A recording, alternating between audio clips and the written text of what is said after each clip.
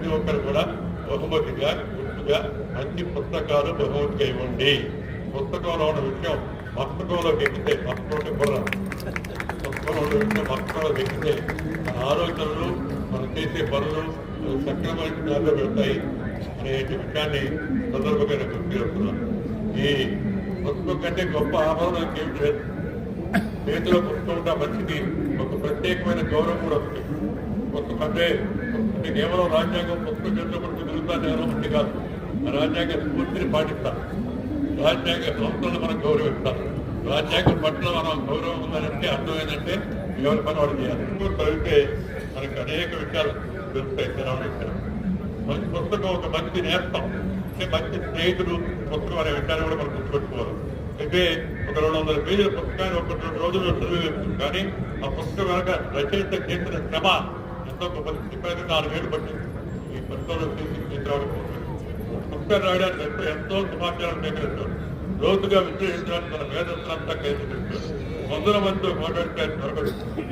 కానీ ఎన్నో ప్రాంతాలు తిరిగితే కానీ లభించిన జ్ఞానం రచయిత తన కాలం ద్వారా మనకు ఒక చోట ఇస్తారు.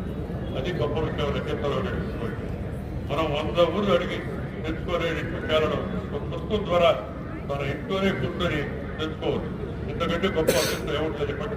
కాబట్టి ఇలాంటి నేను చెప్తున్నాను, ప్రతి ఊర్లో ఒక దేవాలయం, ఒక ఎక్కువ దేవాలయం, ప్రతి ఊర్లో ఒక గ్రంథాలయం, ప్రతి ఊర్లో ఒక శౌచాలయం, స్వచ్ఛ భారత్ అంటున్నాం కాబట్టి ప్రతి ఊర్లో ఒక దేవాలయం, ఒక సర్వీస్ యాక్టివిటీ ఉండడం కూడా చాలా అవసరం అని చెప్పి నేను భావిస్తున్నాను. అది అందరూ యువత త్వరగా తీసుకొని మీ గ్రామాల్లో దానికి ముందుకు తీసుకెళ్ళాలని కోరుతున్నాను. విదేశాల్లో ఉండే ప్రవాస భారతీయులు ప్రవాస తెలుగు వాళ్ళు కూడా మీ గ్రామంలో కనీసం ఈ సౌకర్యాలు ఉన్నాయా అనే విషయాన్ని కూడా తెలుసుకోవాలి. గ్రామంలో గ్రంథాలయం ఉంటే కనీసం చదివేదానికి అవకాశం. మనం పలానా సందర్భంలో పలానా చోట కూర్చొని ఆ పుస్తకాన్ని చదివినప్పుడు ఆ అనుభవం మన మధ్యలో బలంగా ముద్రిపోయిపోతుంది.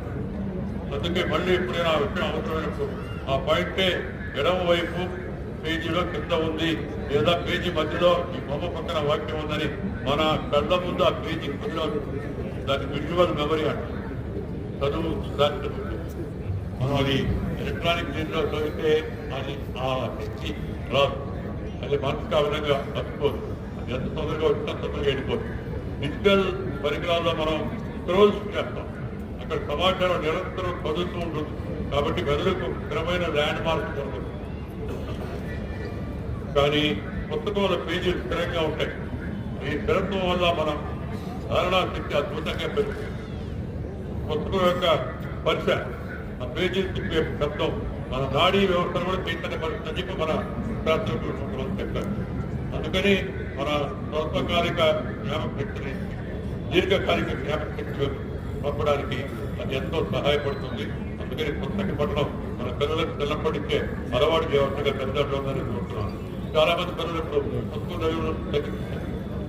అతను రాగానే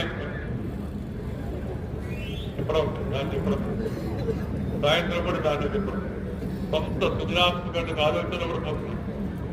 పెద్దలు తప్పులు జరుగుతూ ఉన్నాయి. అవి వాటి చూసి వాటిలో వచ్చేది చర్చలు, వాటిలో వచ్చేది అసామాజిక మనసులో ఉంటుంది. సరిగ్గా నిద్ర కూడా పడ్డవాళ్ళు పిల్లలు. మన పిల్లలను కూడా ఈ సందర్భంగా నేను కోరుతుంది ఏంటంటే పుస్తక పఠనం అలవాటు చేయండి. ఈ ఎలక్ట్రానిక్ గ్యాడ్జెట్స్ ఉపయోగించడం పరిమితం చేయండి. వాడొద్దని నేను చెప్పను. అవసరం ఎంతవరకు అంతవరకు వాడాలి. ఎందుకంటే మొత్తంగా ఆలోచించే తెచ్చుకోవచ్చు.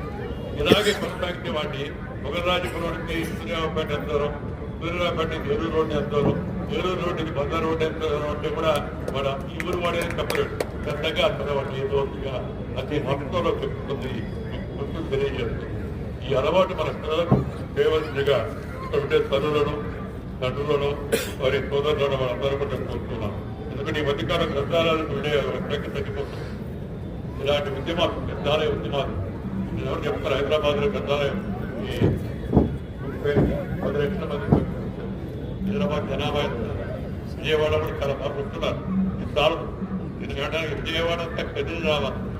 ఒకే రోజు రమ్మని కాదు. ఈ బతుకే పొడిగిస్తారు.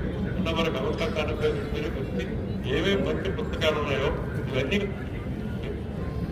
ఒక దగ్గర పెట్టుకున్నాం. ఆ డిఫరెంట్ స్టాల్లో మనం వెళ్తే ఆ మంచి పుస్తకం నచ్చుకుంటే ఆ వచ్చే ఆనందం వేరుగా ఉంటుంది.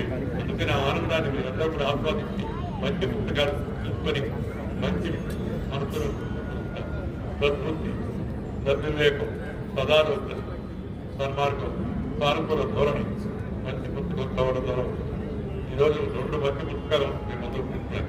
2 మంచి పుస్తకాలను ప్రతి ఒక్కరు కూడా మీరు చదివి మీ కుటుంబ సభ్యులతో చదివించాల్సిందిగా నేను కోరుతున్నాను. విద్యార్థులు తరగతి పాఠాలతో పాటు మహనీయుల యొక్క జీవిత చరిత్ర సంస్కృతిని విస్తృతమైన విజ్ఞానాన్ని అందించే పుస్తకాలను పంపించారు. చరిత్ర గురించి సరైన అవగాహన రావాలి. ఆ చరిత్రలో ఎవరి పాత్ర ఏందనే విషయం తెలుసుకోవాలంటే మన పుస్తకాల్లో మరింతగా లోతుగా అధ్యయనం చేయాలా. మంచి పుస్తకాలు వస్తూ ఉండాలి. అలాంటి మంచి పుస్తకాలు మనం ఆదరిస్తే మంచి పుస్తకాలు రాయాలనే ఆలోచన రచయితలకు వస్తుందని చెప్పని సందర్భంగా మనం చేస్తాం. విద్యార్థుల్లో పాఠకుల్లో పఠనాశక్తిని పెంచి ఆసక్తిని రగిలించి వారి విజ్ఞాన వికాసాలకు తోడ్పడాలనే ఉద్దేశంతో విజయవాడ పుస్తక మహోత్సవం వారి యొక్క ఆశయం అది విజయవంతం కావాలా, ఆ లక్ష్యం సత్ఫలితాలిస్తుందని చెప్పని నేను భావిస్తూ మంచి కార్యక్రమాన్ని ఏర్పాటు చేసిన యొక్క విజయవాడ బుక్ ఫేర్ నిర్వాహకులకు ఒక పక్క, అలాగే విజయ్ కుమార్ గారికి మరొక పక్క నేను హృదయపూర్వక అభినందనలు అందజేస్తున్నాను. మంచి పుస్తకాలు అందరూ కూడా చదివి మంచి విషయాలు తెలుసుకొని మంచి మార్గంలో ముందుకు పోయేందుకు ప్రయత్నం చేయాలని చెప్పి సందర్భంగా మీ అందరికీ కూడా నమస్కారం. జై హింద్.